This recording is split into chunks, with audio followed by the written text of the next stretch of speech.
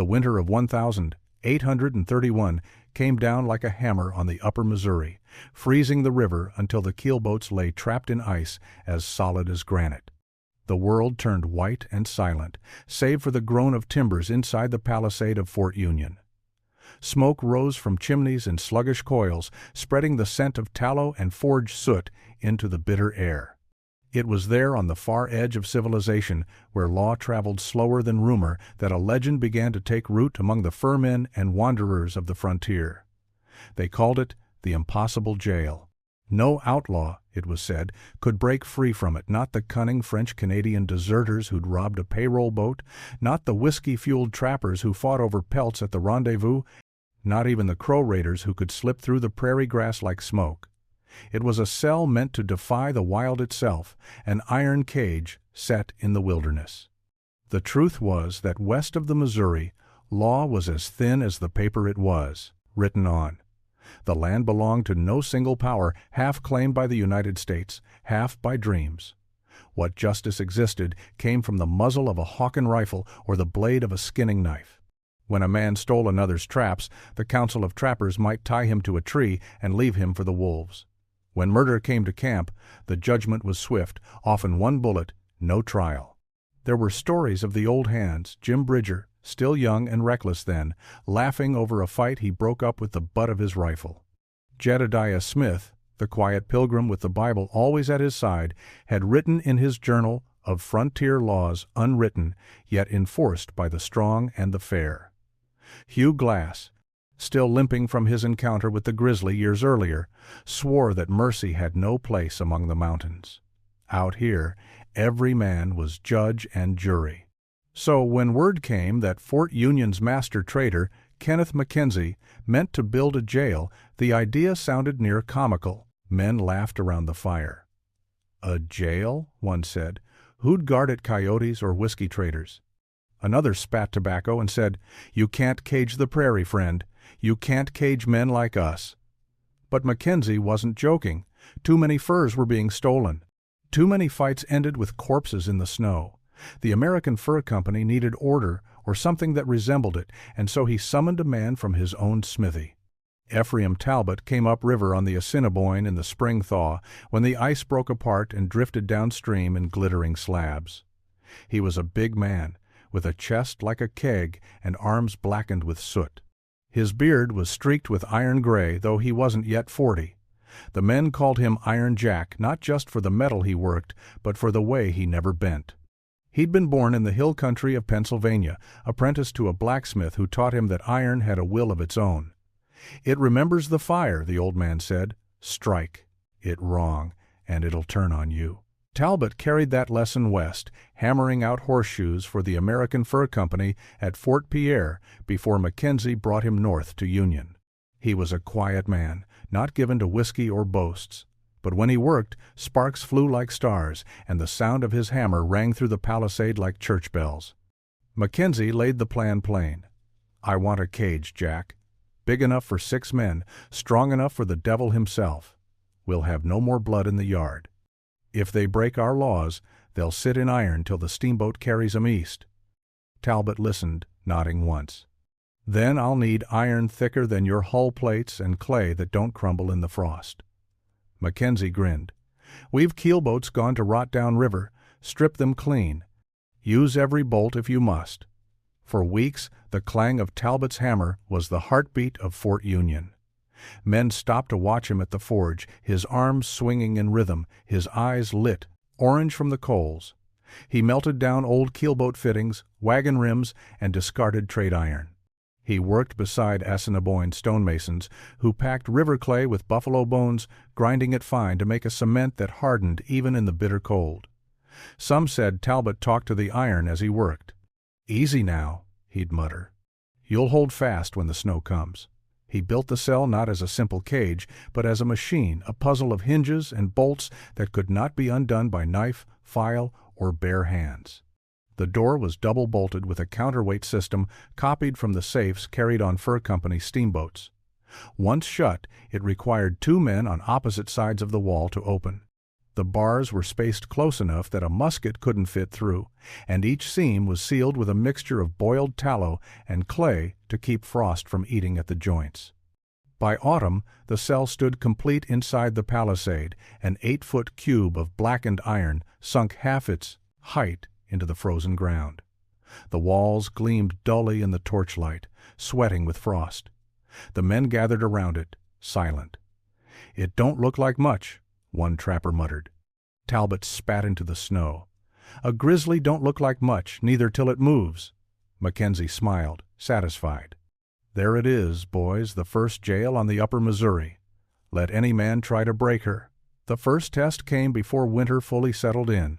2 voyageurs from the lower post got into a knife fight over a woman and a bottle of Taos lightning. One died, the other bled, but lived. Mackenzie had the survivor locked inside Talbot's iron cell until judgment could be passed. For 3 nights the man screamed and cursed in French, then fell silent. When Mackenzie opened the door at dawn, the prisoner sat huddled in the corner, shaking. "She hums," he whispered. All night the iron hums like it's alive. The story spread faster than river rumor. Men said the cage could feel sin, that it trapped not only the body but the spirit. No outlaw dared test it after that. But Talbot knew better. The iron didn't hum, it breathed. The Missouri wind whistled through its seams, cold and constant, like the sigh of something ancient. He'd built it to hold men, but as he watched the frost creep along the bars, he began to wonder if he'd forged something greater. At night he sat by the forge, staring into the coals. The other men slept or drank, dreaming of spring and the next beaver run. Talbot dreamed of doors that never opened. In the years to come, trappers would carry the tale of the impossible jail from the Yellowstone to the Platte. Some said it was cursed. Others said it was blessed by the iron spirits that lived in the mountain stone.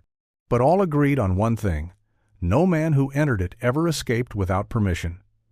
What they didn't know, what only Iron Jack Talbot suspected, was that even iron has limits. The Missouri thaw could twist it. The winter frost could split it. And men, desperate men, could always find a way to turn order back into chaos. Out on the prairie, the wind howled like a warning through the cottonwoods. Inside the fort, the iron cage sat waiting, silent and sure, its surface gleaming faintly beneath the firelight, as if it already sensed the hands that would one day test its strength. And so began the legend of the impossible jail, the iron cage in the wilderness, born of necessity, tempered by fire, and destined to become a monument to the strange and fleeting dream of law on the edge of the known world.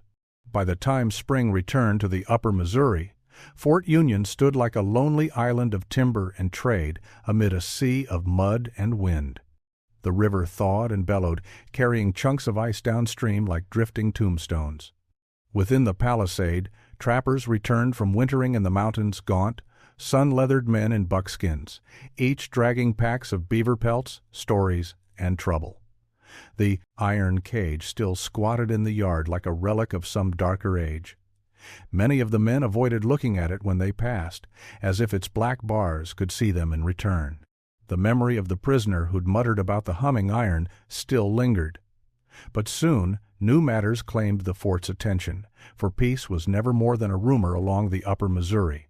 Here, beyond the grasp of any government, the law was as fluid as the river. Men spoke of company law, the rules set by traders like Kenneth Mackenzie or Pierre Chouteau, rules written to protect furs, profits, and sometimes men's lives. But to the mountain men, that law meant little. Out there in the endless expanse of pine and rock, justice came in 2 forms: a rifle's report or the silence that followed a knife's flash. Charles Larpenteur, the French trader whose journal would one day become gospel to historians, wrote that order on the frontier depends upon the conscience of men who know no law but honor. That honor could shift like the wind. A debt unpaid, a horse stolen, a partner betrayed, these were the sparks that ignited half the killings west of the Mississippi. At the spring rendezvous near Fort Benton, whiskey flowed like the river itself. Trappers swapped tall tales, sometimes for laughs, sometimes for blood. One man swore he'd seen Jedediah Smith's ghost riding along the Yellowstone, Bible in one hand, rifle in the other. Another bragged that Hugh Glass's bones were still out there near the Grand River, gnawed clean by wolves but somehow smiling. In this world, law was a word for the weak. The strong carried their own justice on their hip. It was around this time that Luke Sturgis appeared, a river pirate turned fur thief, known on every bend of the Missouri from Street Louis to the Mandan villages. He and his gang drifted upriver in a half-rotten keelboat flying no flag, raiding supply craft and robbing voyageurs blind. Sturgis was no common brigand. He'd once worked for the American Fur Company, knew their routes, their passwords, their blind spots. He'd lost his post after stabbing a clerk at Fort Tecumseh and fled upriver. By the spring thaw of 1832, he commanded 6 men meaner than hunger. They were deserters, half-breeds, and river scum, armed with stolen muskets and a hunger for silver. They struck at dawn one April morning when the mist lay heavy over the Missouri. 2 keelboats carrying trade goods powder, traps, whiskey barrels never reached Fort Union. Weeks later, the wrecks were found half sunk downstream, hulls riddled with shot, their cargo gone. Mackenzie's fury was legendary. He sent word to every fort within 100 miles, "Bring me Sturgis, dead or alive." When the first rumor reached Fort Union that Sturgis's gang had been captured by a joint patrol of trappers and Mandan scouts, Iron Jack Talbot was summoned again. Mackenzie stood in the courtyard, his hands folded behind his back, eyes gleaming like wet steel. "They're bringing 6 prisoners, Jack. Killers, thieves, the worst of 'em. That cage of yours is about to earn its keep." Talbot looked toward the iron box. "It'll hold," he said simply. "You'd best be sure of that," Mackenzie replied. "If one of them slips his bonds and kills a man under my roof, it'll be your hide I hang on the palisade." The blacksmith didn't flinch. "Then I'll forge my own noose, sir." When they arrived, filthy, bleeding, wrists bound with buffalo hide thongs, the entire fort turned out to watch. Sturgis walked at their head, tall and wiry, his face like carved stone, one eye clouded white from an old wound. He smiled when he saw the cage. "So this is the thing I've heard about," he drawled. "The box that eats men. You think this'll hold me?" Talbot met his gaze. "It'll hold the devil himself." Sturgis laughed, low and cold. "Then you best pray I'm not worse." They were thrown into the cage, one by one. The door clanged shut, echoing like thunder against the stockade. Inside, the men cursed and spat, their voices bouncing off the iron walls. The fort went quiet. For the first time since the cage had been built, Fort Union felt almost civilized. But civilization on the frontier was a fragile thing. Night after night, Sturgis's laughter rolled out from the cage, a sound that curdled the blood. The other men muttered that he was plotting something. Even the Mandan scouts refused to camp inside the walls anymore, saying the iron box was cursed. Talbot worked late at his forge, the glow lighting his face like a spirit's flame. Each hammer blow rang with a kind of warning. He told Mackenzie the cage would hold, but in his heart he knew nothing made by man was perfect. The Missouri wind had a way of finding cracks, and so did men like Sturgis. As spring turned to summer, a storm began to build across the plains, thick and heavy as molten lead.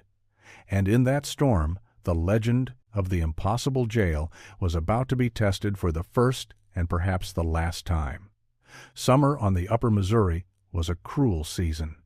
The sun beat down on the plains until the grass turned to straw, and the river sank low, sluggish and brown. At Fort Union, the air shimmered with heat, carrying the stench of tallow, gun oil, and unwashed men. The iron cage stood at the center of it all, a square of darkness against the blinding light. Inside, Luke Sturgis and his men festered like wolves in a trap. Each day, their tempers sharpened, they paced and muttered, their voices low, their eyes always watching the door.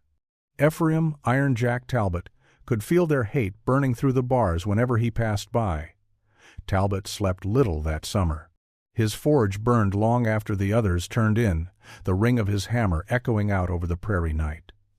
The outlaws had made him nervous not for what they could do, but for what they believed they could do. Men like Sturgis, didn't bow to locks and bolts. They thought they could break anything, given time and desperation enough. And so Talbot set to work, strengthening the cage. He drove new rivets into the seams, added a second plate to the door, and replaced the locking pin with a mechanism of his own design, a double spring latch that could only be released by turning a hidden lever behind the outer hinge. He used scraps of keelboat anchors, melted and reforged, to make bars thick as a man's wrist. Each was quenched in brine from the river and sealed with buffalo grease to fight the rust. When finished, the cell gleamed black as gunmetal, a work of grim beauty. Charles Larpenteur wrote later in his journal that Talbot's forge glowed for 7 nights running, and when at last he ceased his hammering, the men of the fort feared he had built not a prison, but a tomb. Talbot often said iron was a living thing. It remembered every blow, every spark. If you struck it crooked, it would twist against you when cooled. He spoke to the bars as he worked, his deep voice echoing in the smithy. "Hold fast," he murmured. "Hold fast and don't give." Sometimes, alone at the forge, he thought about the men locked away. He didn't like them, but neither did he enjoy their suffering. They were trapped animals, and the prairie had a cruel way of breaking both beasts and men who couldn't run free. Still, he couldn't help but feel a grim satisfaction each time he checked the bolts and found them solid. The cage wasn't just iron, it was order made tangible, a thing no man could twist or bribe. It stood against chaos itself. Yet deep down, Talbot knew what the old blacksmith in Pennsylvania had once told him. "There's no iron so strong the world can't crack it, boy." Time and frost make sure of that. By late August, the river pirates had been locked away for nearly 3 months. The fort's men began to whisper that keeping them alive was a mistake.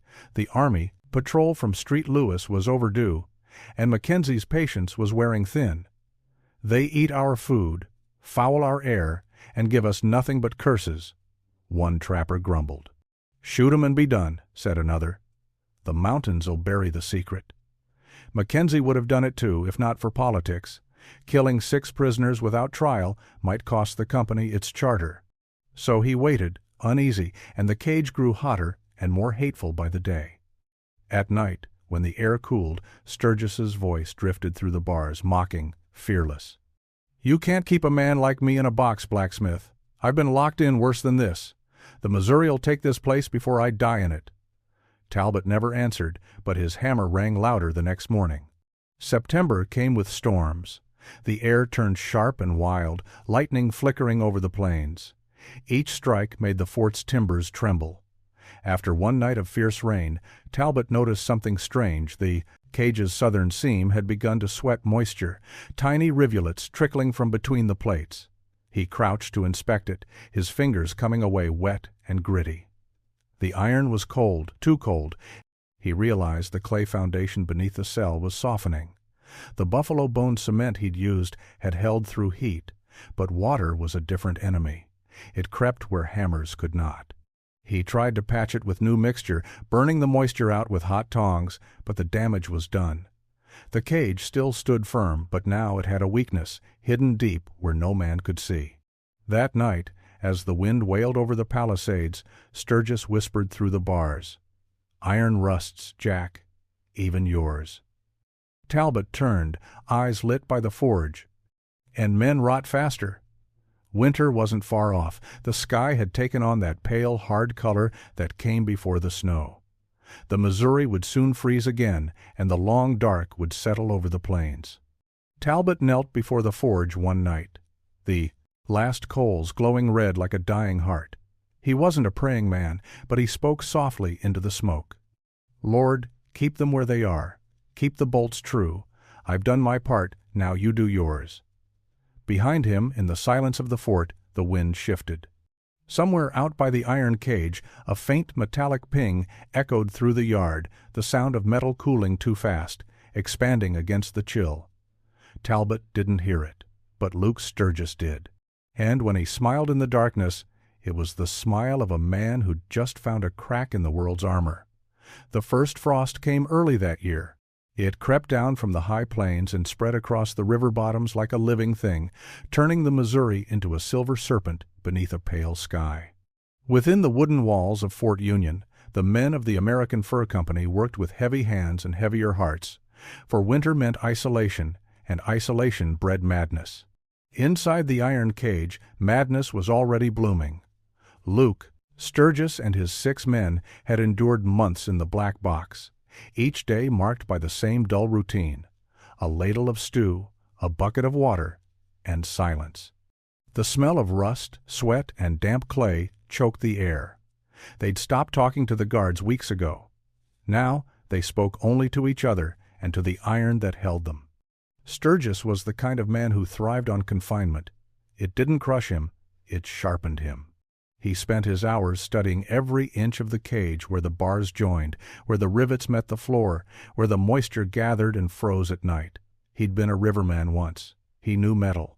He knew the sound of iron under strain, and lately, in the silence between the howling winds, he could hear it a faint ticking, like a heartbeat beneath the steel. That was the weakness. "Water's got in the seams," he told his men in a low whisper. "When the freeze deepens, that'll swell the joints. A crack small enough for a breath will be big enough for a man, with patience." One of his men, a half-Cree named Baptiste, snorted. "You talk big, Luke." "But that smith, he built this thing too well." Sturgis smiled, showing a single gold tooth. "Every man builds his own mistake, Baptiste. Even the best." The gang fell silent, listening to the wind moan through the stockade logs. Somewhere a wolf howled, and another answered. Outside, the fort was strained to its limits. The trappers who'd failed to make their quotas for the season drank deep from the whiskey barrels, brawling in the yard. Supplies ran low, tempers ran high, and Kenneth Mackenzie's patience thinned to nothing. He stormed into the forge one evening, coat dusted with snow, eyes blazing. "Jack," he said, "this can't go on. Those devils are eating our stores, and the army's months overdue. We can't hold prisoners forever." Talbot wiped soot from his hands, the forge fire crackling behind him. "They'll hang come spring. You just need that cage to hold a little longer." Mackenzie's lips twisted. "And if it doesn't? Then I'll die inside it with them." The trader stared at him a long moment, then left without a word. The door slammed, leaving only the sound of the bellows sighing. Talbot turned to his forge. He didn't tell Mackenzie about the thin layer of frost that formed inside the locking hinge each morning, nor the faint pinging sound that echoed through the cage when the temperature dropped. Those were small things, he could manage them. Or so he believed. By December, the Missouri was frozen solid. Wolves crossed it at night, their howls bouncing off the ice. The fort seemed to shrink with the cold. Even the logs of the palisade groaned as they contracted. One dawn, while the guards were still stirring from their bunks, a sound echoed from the courtyard, a long, slow groan, like something deep beneath the earth had shifted. The men stumbled out, rifles in hand. The cage stood where it always had, rimed with frost. But the ground around it had changed. The soil beneath the southern wall had sunk, just slightly, no more than a finger's width, but enough that the bars no longer sat flush with the earth. Talbot saw it immediately. He felt his stomach twist. "It's the frost," he muttered. "She's rising up under the clay." Mackenzie's face went pale. "Can it be fixed?" "Maybe," Talbot said. "But not while they're inside." The trader swore under his breath. "Then we'll risk it. Just do what you must."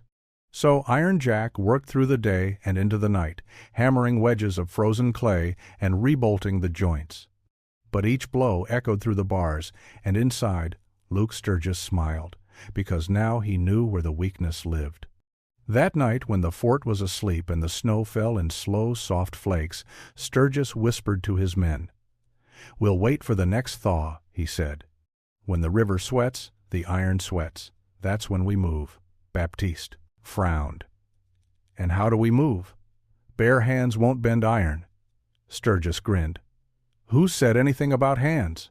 He lifted his boot, pried at the sole, and revealed a sliver of metal no longer than a finger, the broken edge of a file, dull with rust but sharp enough for a man who knew how to use it.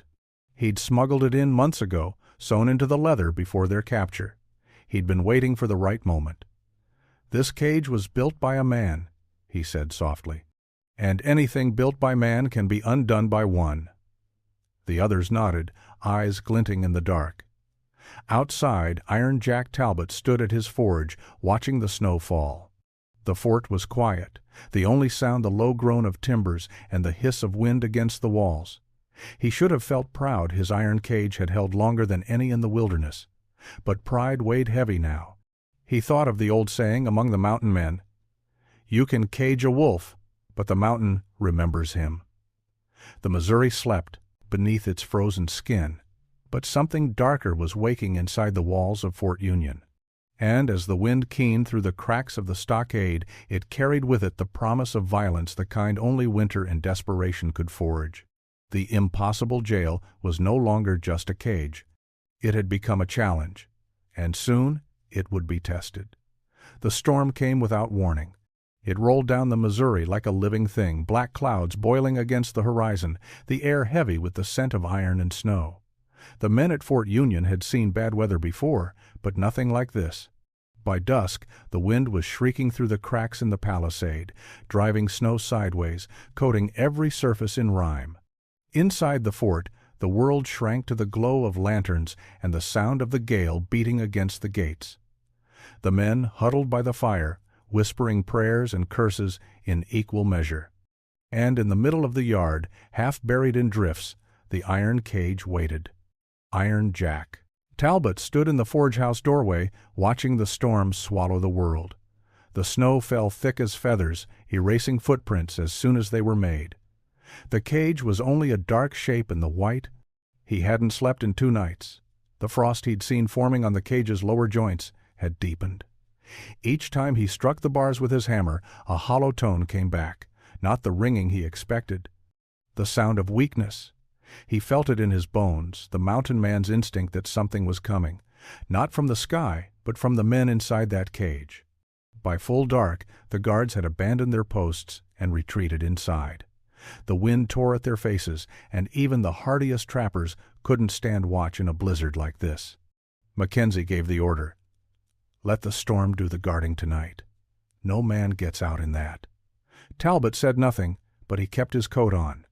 Luke Sturgis had been waiting for this storm since the day the first frost touched the cage. The blizzard was his ally. Its roar would drown any sound of scraping or hammering. He'd been studying the bars for months, running his fingers along every seam until he found the one that gave the slightest underpressure. That was the one he'd chosen.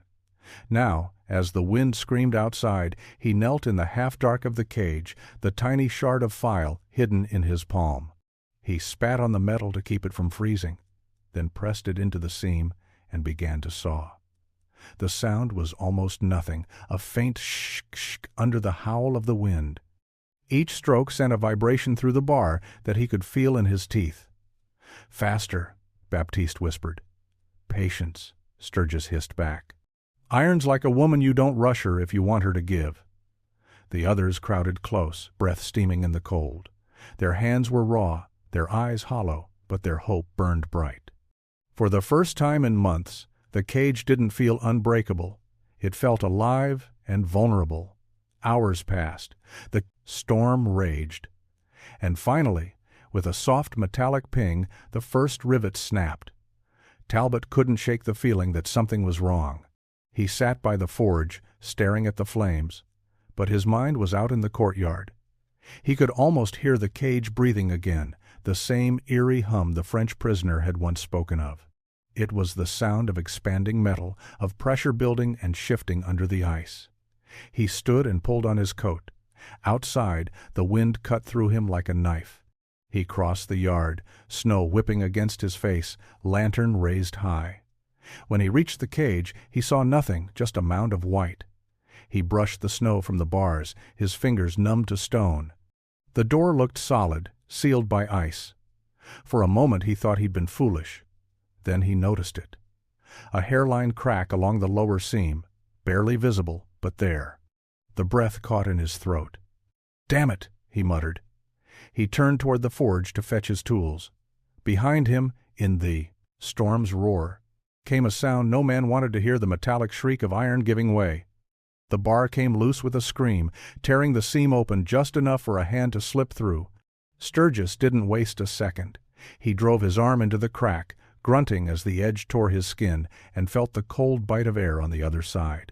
He laughed, a raw, animal sound swallowed by the storm. "It's open!" he shouted. "Move, damn you!" The men surged forward, widening the breach. The frozen earth below cracked, and suddenly the bottom plate shifted. In another heartbeat, the opening was large enough for one man to squeeze through. Sturgis went first. He pulled himself into the snow, gasping as the wind struck him. Freedom hit him like a blow. He turned to help the next man out when a light cut through the dark, a single lantern beam stabbing through the white.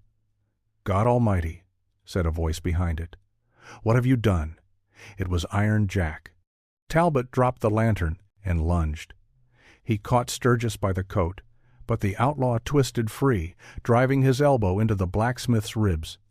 They grappled in the snow, the lantern flame guttering beside them. The other prisoners poured out behind, half blind in the storm. One swung a length of broken iron bar. It caught Talbot across the shoulder, sending him sprawling. "Run!" Sturgis shouted. "To the river!" They scattered into the white, vanishing like ghosts. Talbot staggered to his feet, blood freezing on his sleeve. He grabbed the fallen lantern and hurled it into the cage. The flame caught the oil from the hinges, flaring bright. For a moment, the entire yard glowed orange, the iron bars casting long shadows against the snow. Then the fire died, leaving only the storm's endless howl. By dawn, the blizzard had passed. The yard was quiet, blanketed in white. 3 of Sturgis's men were found frozen less than a mile from the fort, faces blue, fingers stiff, eyes open to the gray sky. The fort. Others, including Sturgis himself, were gone. The Missouri had claimed them, or the Prairie had. Mackenzie said they were dead. Talbot wasn't so sure. He stood by the ruined cage, the bars twisted, the door hanging loose. The impossible jail had failed, but it had failed against men who were as wild and unbreakable as the land itself. As he turned away, he whispered to himself, "Iron holds till the heart gives out." And sometimes that's the same thing. The cage hissed in the cold, steam rising where the dawn sun hit the scorched metal. And somewhere out there, beyond the river, the legend of the impossible jail and the men who defied it was already being told around 100 campfires. When the storm passed, the world seemed carved from glass. The sky was a hard, brittle blue, and the snow on the plains stretched clean to the horizon, untouched but for a single line of tracks winding toward the frozen Missouri. 3 bodies lay in the river willows, half buried in, snow too with frost on their lashes, one still clutching a broken bar of iron. The other 3 had vanished. The wind had scoured away their trail as though the mountains themselves had swallowed them whole. Inside Fort Union, the fire burned all day, and the men spoke in whispers. The impossible jail had been broken. Kenneth Mackenzie was not a man used to failure. When he saw the wreckage, the twisted bars, the cracked bolts, the scorched clay, he said nothing for a long while. His face was gray as river ash. At last, he turned to Ephraim Talbot. "You told me no man could break it," he said quietly. Talbot's voice was hoarse from the cold. "No man did. The storm did."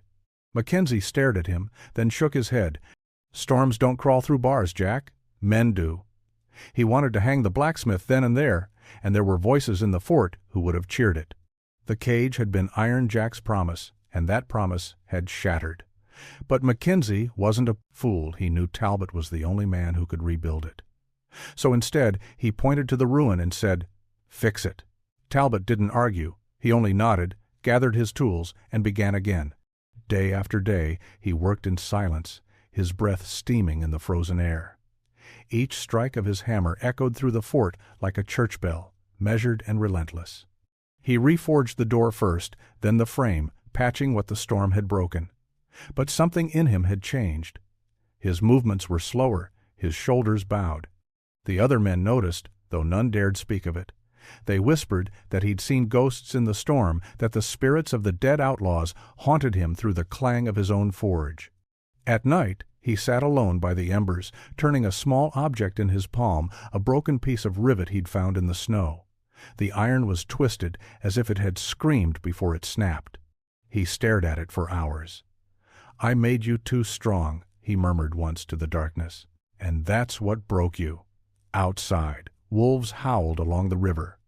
2 weeks later, a Mandan hunting party came to the fort. Among their spoils they carried news. A frozen body found upriver near the mouth of the milk, one eye clouded white. Luke Sturgis. The Mandan said he'd been found kneeling in the snow beside a tree, head bowed as if in prayer. No wounds, no blood, just cold. When Mackenzie heard it, he crossed himself. "Even the mountains have their law," he said. "The ones that run from men don't run from God." But for Talbot, the news brought no peace. He went down to the river that night, where the snow still bore the faint black scars of the burned cage. The Missouri groaned beneath its shell of ice, restless even in sleep. Talbot stared into the white expanse and whispered. He wasn't the only one the mountains judged. The cold wind carried no answer. Winter dragged on. The fur trains didn't come, and half the men went hungry. The rebuilt cage stood silent, empty now, but still casting its long shadow across the yard. The trappers began calling it the judgment box. They said the iron had tasted men's souls and found them wanting. None dared touch it. Charles Larpenteur noted in his journal that the blacksmith grows thin as a sapling and speaks to the bars as if they breathe. Later, scholars would debate whether the entry was literal or metaphorical, but those who had lived it swore they'd heard the truth in his words. To the mountain men, Talbot became a figure of both awe and unease, a craftsman who'd tried to build civilization out of raw iron and paid the price for it. One morning, as the first thaw cracked the river ice, Mackenzie came to the forge. "The cage is whole again," he said. "Good work." Talbot didn't answer. "You've redeemed yourself, Jack. The company'll need men like you when we build Fort Benton. Civilization's moving west, and we'll need jails where we're going." The blacksmith looked up from the anvil, his face streaked with soot and grief. "You don't build civilization with cages," he said. "You build it by trusting men not to need them." Mackenzie frowned. "Trust doesn't weigh as much as iron." "No," said Talbot, "but it bends less under the cold." The trader said nothing more. He turned and left, boots crunching through the melting snow. That spring, when the ice broke and the first steamboat whistled upriver, Ephraim Talbot was gone. His bunk lay empty, his hammer cold. No one saw him leave, though Larpenteur claimed he'd found boot prints leading west along the bluff. Some said he went into the Wind River Mountains to trap beaver and lose himself. Others swore he'd gone mad and wandered into the snow. But one summer, years later, a surveying party near the Bighorn Range reported finding the remains of a small structure half buried in silt and pine needles. It was made of river iron and buffalo hide cement. Inside, they found bones and a hammer resting neatly on a stone block. The locals called it Iron Jack's Forge. The old mountain men called it Justice. Back at Fort Union, the cage remained long after the fur trade faded, long after the trappers became ghosts themselves. Travelers passing through in the 1,850 seconds claimed they could still hear the wind singing through its bars on winter nights. A low, haunting hum that sounded almost human. They said it was the voice of the blacksmith whispering his lesson to anyone who would listen. You can forge iron to hold men, but you can't forge iron to hold the wilderness. And the wilderness, patient and endless, had judged them all. Would you like me to continue with Chapter 7, Legacy of Iron Jack? Final chapter, 800, 1,000 words, where decades later historians and archaeologists uncover the myth's truth and close the legend of the impossible jail? Chapter 7, Legacy of Iron Jack. Approx. 800 words. By the time the 20th century dawned, Fort Union was little more than bones, rotted timbers, a few scattered stones, and the memory of men who had once called the wild their kingdom. The Missouri had changed course long ago, eating away at the old riverbank until the Palisade's ghost lay half buried under grass and sage. But even in ruin, the stories endured. Travelers still spoke of a jail so strong it could hold the devil himself, and of the blacksmith who vanished into the mountains after it failed.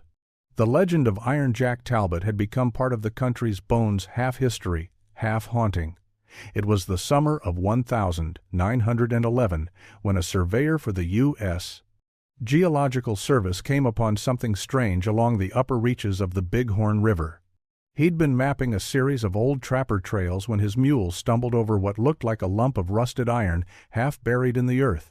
Digging it free, he found the remnants of a small forge, its stone hearth intact, its ironwork fused together by time and weather. Nearby, under a tangle of roots, he found something else. The corner of a structure built from riveted plates, the iron blackened and brittle with age.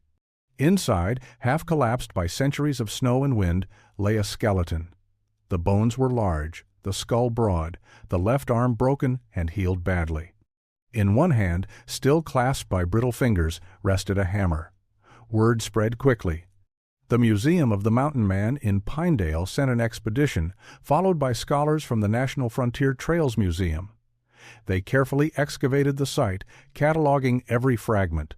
The iron was unlike any local forge work, boat steel and wagon iron melted and reforged in frontier style, just as described in the old accounts of Fort Union's blacksmith. They knew at once what they had found. The historians called it Iron Jack's last forge.